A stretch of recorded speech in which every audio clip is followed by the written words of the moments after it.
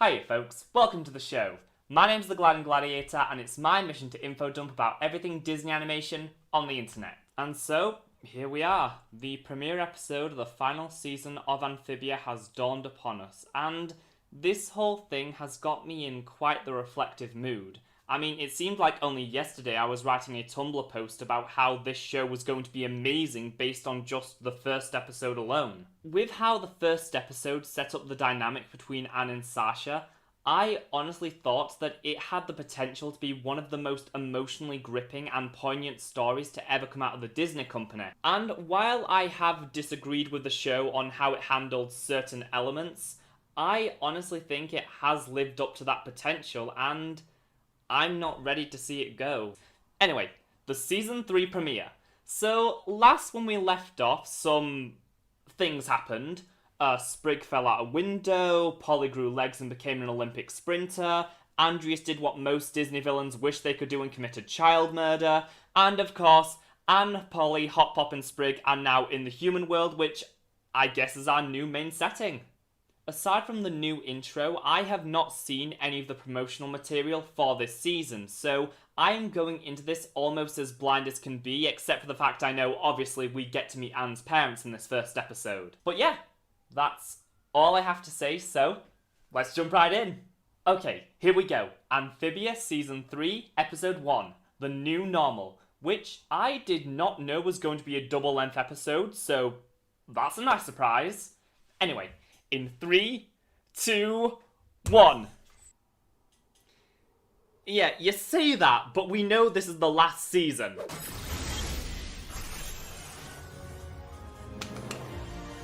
I know I've already seen this like way too many times, but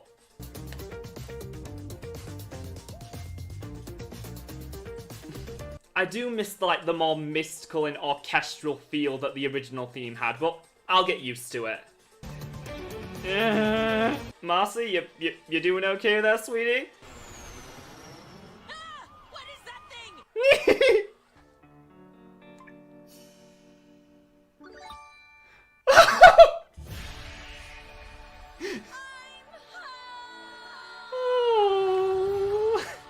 What are these? Sprig, that is a federal crime. Do you think Marcy's... She's alive, Hop Pop. She's just gotta be. And with her and Sasha still stuck over there, one thing's for sure, we gotta find a way to... Here we go. Again, I have not seen the clip, so obviously I know what's gonna happen, but I wanna ease them into all of this slowly. And when the time is right, I'll signal... yeah, so maybe hide Frobo's decapitated head, because it breaks my heart just looking at it. And not a word about my weird glowing blue powers. Wow, there's a lot going on. Yeah, there's a lot going on in this last season, Anne. Glad you realised. Don't worry, Phobes. We'll fix you up in no time. Ant's world is full of advanced... Hi, Mom. Domino! Come here, my precious baby!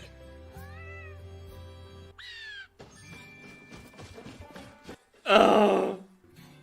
And we're the Planners, the lovable frog family Anne's told you all about.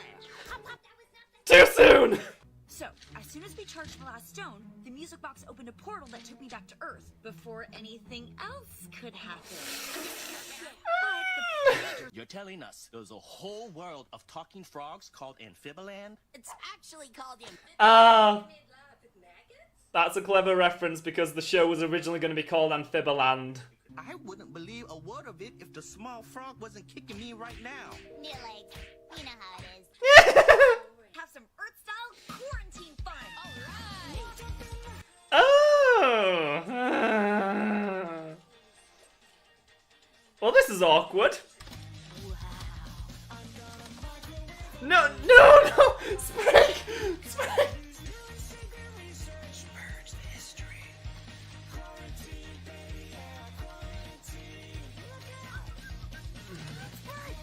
Also, do you have any more of these candy bars? Sprig!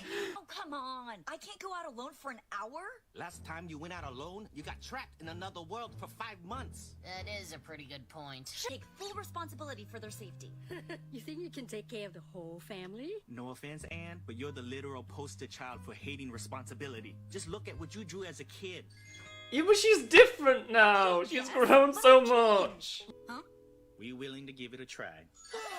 But you stay with us at all times. And if anything goes wrong, it's back to lockdown. Nothing's gonna be trying to kill us for a change. Okay, alright. I'm ready. Only one remains who could stand between me and my conquest. And Boomjoy. She must be eliminated. This is your one objective. And one more thing. Would you mind picking me up the latest Cynthia Coven book? Marcy got me hooked and I'm dying to know what happens. And maybe some of those potato chip things. Hey, speaking of Marcy, why don't we check up on her, see how she's doing, you know, after you stabbed her in the back? Well, Marcy, your friends are about to be eliminated from the equation. And as for you, my dear, your part is just beginning.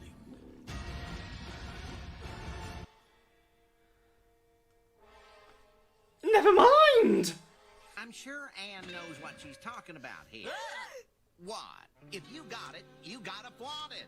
Actually, let's try something else. Wait, Polly, you were supposed to be the top half.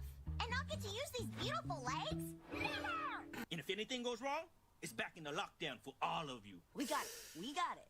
Now let's get shopping. Is there any worse fate? Sprig, not everything is a robot.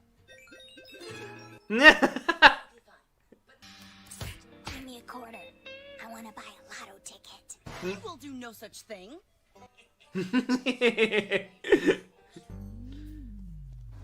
Stupid door. Here we go.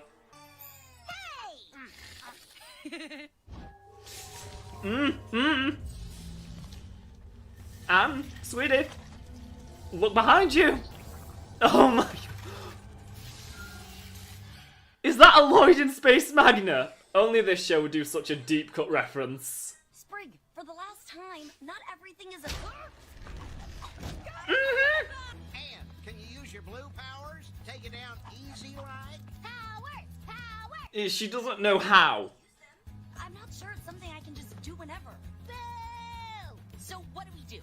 Point it Throw Sprig out a window again. Good thing And you don't have a sword anymore. Or even the tennis racket, which I still don't know why you kept using that thing.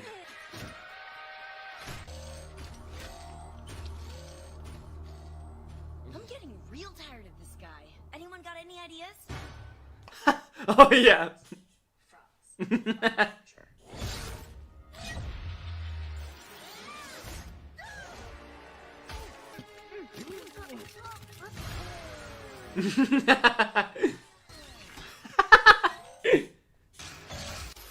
And here comes the powers.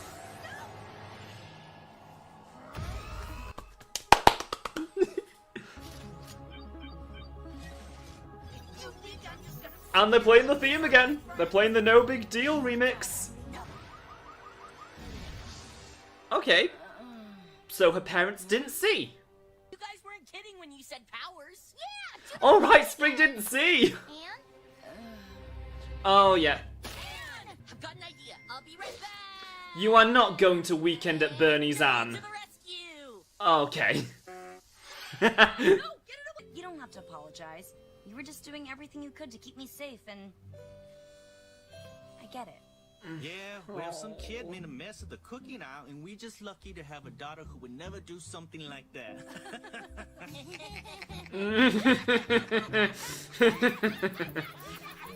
Don't overdo it.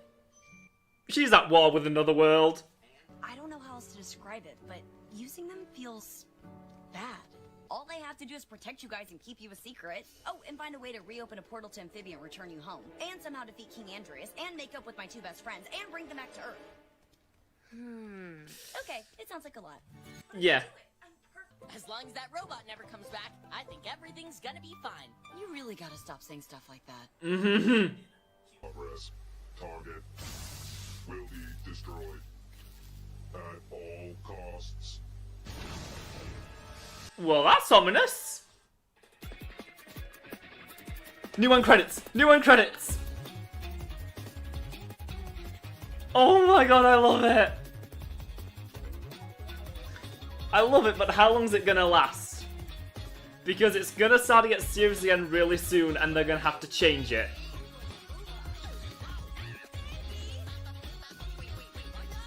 Oh, it's still the same music, it's just...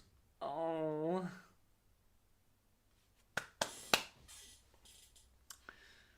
Oh, I've missed this show so much.